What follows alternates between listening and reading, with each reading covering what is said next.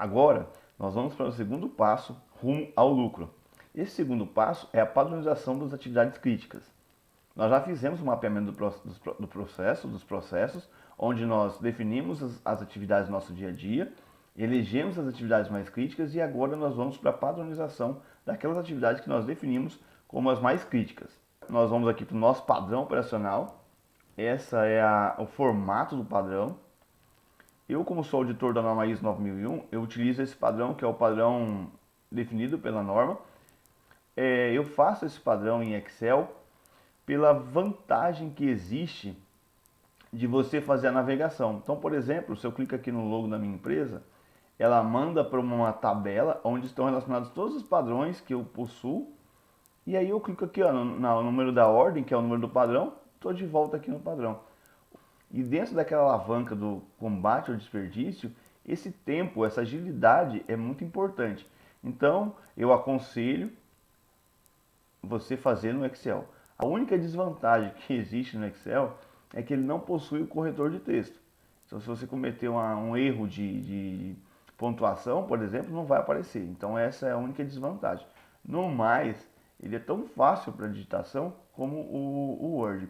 E se você tiver que inserir uma imagem como essa aqui, por exemplo, no Excel é muito mais prático e rápido do que no Word. Mas voltando aqui ao formato do padrão. Então eu tenho aqui, né, padrão operacional, porque existem outros tipos de padrões além do operacional, existe padrão de gestão, por exemplo. O título do padrão, que no caso nós estamos falando do primeiro serviço lá, que nós elencamos como crítico, né? Só voltando aqui, ó, por exemplo, se eu voltar aqui, eu volto aqui na matriz de criticidade, que foi o que nós fizemos no passo passado, né? Aqui ela não está atualizada, como nós fizemos lá, mas alinhamento e balanceamento então é a primeira atividade. Só para mostrar para vocês que nós estamos falando da primeira atividade. Então, voltando aqui no meu padrão, o objetivo do padrão é padronizar as atividades de alinhamento e balanceamento da oficina mecânica novo e tal, né? Para que as atividades ocorram dentro de elevados padrões de qualidade e segurança. Então aqui eu coloco qual é o objetivo do padrão. Normalmente é um texto já pré-definido, não vai mudar muito. Vai ser sempre padronizar a atividade e tal, para que ocorra dentro dos mais elevados padrões de qualidade e de segurança. Ok? Continuando aqui no meu padrão, eu tenho a parte de segurança. Voltando a comentar que segurança, aqui eu me refiro à segurança do trabalho. Então aqui eu relaciono, por exemplo, todos os EPIs necessários para que o colaborador execute essa atividade. Então eu tenho óculos de segurança, protetor auricular, luva de vaqueta, óculos de segurança. Se eu tivesse, por exemplo, EPCs, o colaborador precisa de um extintor de incêndio, eu colocaria aqui. Então todos os assuntos pertinentes à segurança eu coloco nesse ponto. Tenho aqui, continuando, materiais, equipamentos e demais pré-requisitos. Então aqui eu coloco todos os materiais, equipamentos, ferramentas que o colaborador, ao realizar a atividade de alinhamento e balanceamento, precisa. Então, logicamente, isso aqui é um exemplo, eu não sou especialista na área. Eu coloquei ordem de serviço preenchida e com a descrição do serviço a realizar, parafusadeira pneumática, chave de roda, equipamento para alinhamento e balanceamento, funcionando e calibrado. Definições. O que eu coloco nas definições? Este momento aqui eu utilizo para passar algum conhecimento básico para o meu colaborador.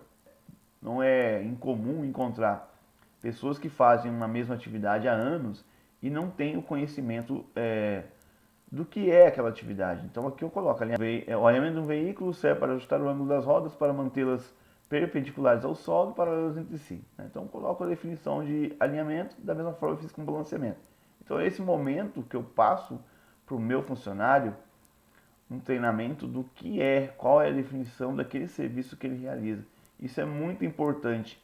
Nós sabemos que nós temos todo tipo de cliente. Aquele cliente curioso, que gosta de conversar, se perguntar para o meu funcionário, ele vai saber explicar, ele vai saber falar pelo menos, ou ele vai, se ele não souber de cabeça, que aí não é objetivo também que ele saiba de cabeça, ele vai poder mostrar para esse cliente onde que está escrito e tal.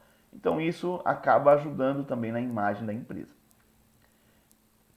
Aqui eu tenho a realização das atividades, que é a descrição do passo a passo da atividade em si. Então aqui é a receita de bolo. Eu fiz até o passo 3, mas logicamente que uma atividade de alinhamento e balanceamento tem vários passos. Então, o primeiro passo. De posse da ordem de serviço, o mantenedor deverá verificar o serviço a ser realizado, deve-se também verificar os dados de identificação do veículo. Passo 2. Em se tratando de alinhamento e balanceamento, deve-se levar o veículo até a área de alinhamento e balanceamento. É redundante aí, né? Mas o padrão ele tem que ser claro, objetivo e direto. Ele não pode ter dupla interpretação, não pode ser dúbio. Percebo, por exemplo, que na descrição da realização das atividades, no passo 1, eu falo para o meu mantenedor, meu funcionário, que ele precisa verificar a ordem de serviço e também verificar os dados de identificação do veículo. Porque pode acontecer um erro, por exemplo, se ele se enganar com um veículo que vai fazer o serviço. Então aqui eu já coloco um ponto para ele ficar bem atento. Bom, resultados esperados, atividades de alinhamento e balanceamento, realizadas sem erros e de forma excelente. E eu posso ter também embaixo o que eu chamo de anexos, que eu posso colocar fotos, desenhos, demais instruções visuais para o meu colaborador. Então nesse momento aqui, eu utilizo a parte de anexos. E finalizando o meu padrão, eu tenho aqui o elaborador, que no caso fui eu, né? Nesse exemplo. Quem deve ser o elaborador do padrão? A pessoa que contém maior conhecimento sobre a atividade. Então essa pessoa que tem que ser o elaborador do padrão, uma questão óbvia, né? Então não precisa ser o gestor, o gerente, pode ser o operador, o mecânico, a pessoa que realiza a atividade. Aqui eu coloco uma observação, que é o uso interno do negócio. Isso aqui eu sinalizo que esse documento é um documento da empresa, não pode ser divulgado, não pode ser levado para o concorrente, por exemplo, ou para qualquer outro local. E o aprovador é o senhor José da Silva. Okay? Então percebam que o que é o padrão? É receita de bolo. O objetivo do padrão é fazer com que as atividades sejam feitas de uma única maneira. Então a empresa definiu a melhor maneira de se fazer a atividade, descreveu essa maneira e a partir daí todos os colaboradores que realizarem aquela atividade precisam fazer exatamente como está descrito no padrão. Então, se eu lembrar das alavancas que nós comentamos, redução do desperdício, melhoria da qualidade e aumento da produtividade, o padrão ele consegue atuar nessas três alavancas. Então, se todos os colaboradores possuem um padrão, todos devem seguir aquele padrão é a melhor forma de fazer, então com certeza vai ocorrer a redução do desperdício. Da mesma forma, vai ocorrer também a melhoria da qualidade. Por quê?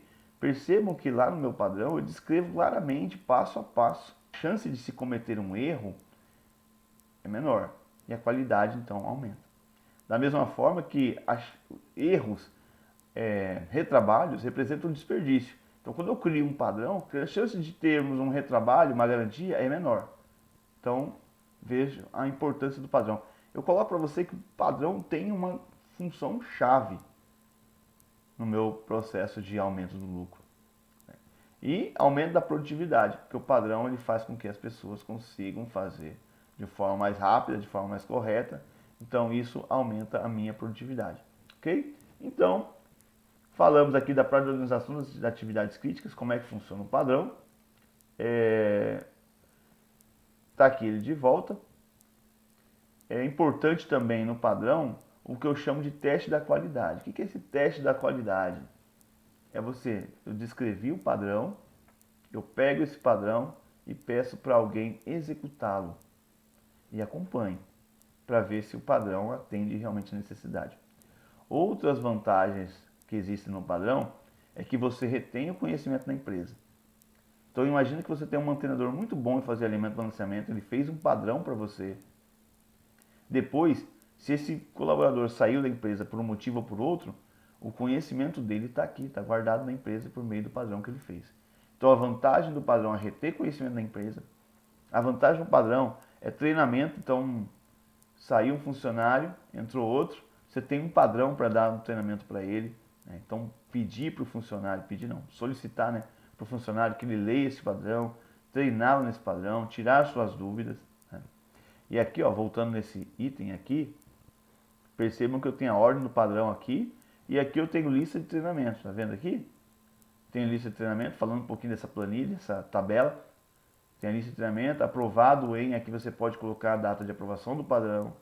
você pode colocar a pessoa que aprovou o padrão, você pode colocar a situação em que encontra esse padrão, se o padrão está em revisão, se o padrão está liberado para utilização.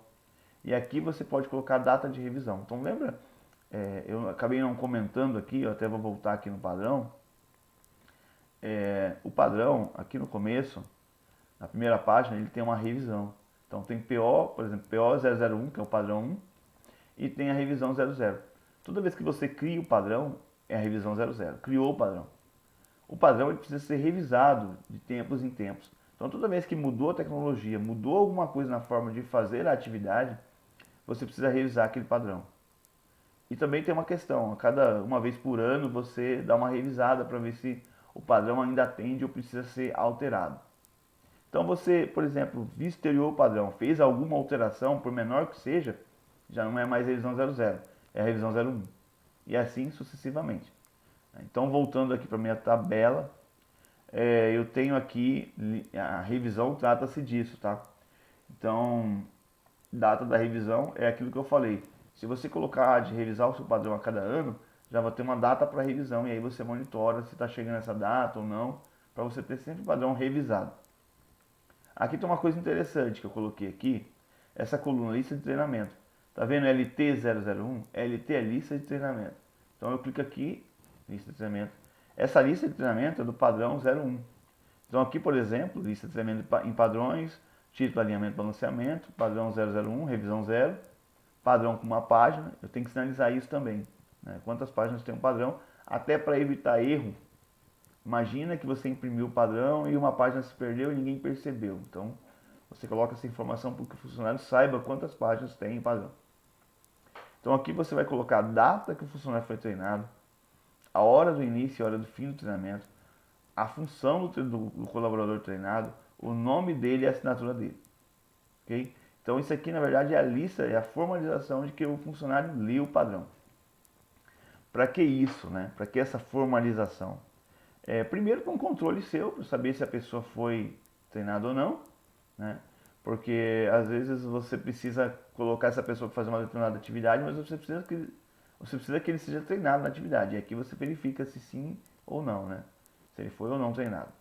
Outra questão também é que se acontecer algum erro, algum problema, e você tenha que dar alguma sanção a esse funcionário, porque foi responsabilidade dele, foi um erro dele, você pode dizer, né? Aí fica fácil para você justificar, né, a sua punição, vamos dizer assim, porque olha, fulano, você foi treinado, tá aqui, né?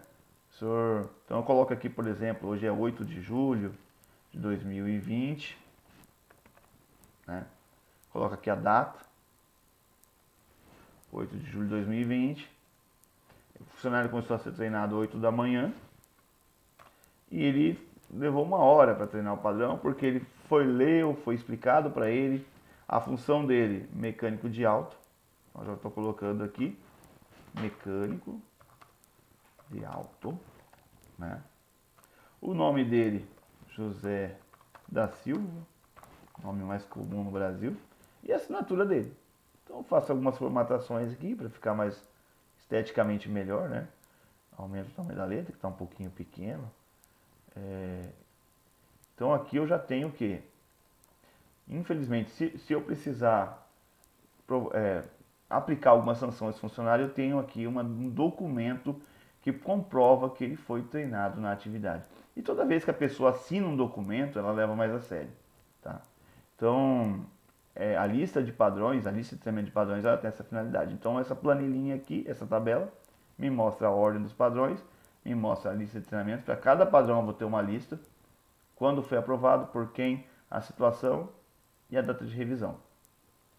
Então, com relação a padrão, é isso. Essa é a cara dele. Ele é bastante simples. Talvez você está se perguntando, mas eu vou levar muito tempo para fazer isso aqui, esse padrão. Uma coisa eu digo para você, você vai fazer uma vez só. Você não vai fazer todo dia. E isso aqui vai trazer muito resultado para sua empresa. Vai reduzir muito o seu custo e aumentar muito o seu lucro. Por quê? Porque vai evitar retrabalho. Às vezes você que está me ouvindo aí tem um problema sério de retrabalho da sua empresa. Vai evitar retrabalho, e retrabalho é custo. Se você está tendo muito retrabalho, com certeza é aí que o seu lucro está indo embora. Vai evitar acidente. Acidente é custo. Leva o lucro embora também. Talvez você que está me assistindo, poxa, eu estou tendo muito acidente na minha empresa. O padrão operacional vai te ajudar a reduzir esse número. E digo mais, ajudar a reduzir significativamente. E também o padrão vai aumentar a sua produtividade, ou seja, o seu colaborador vai ser mais produtivo.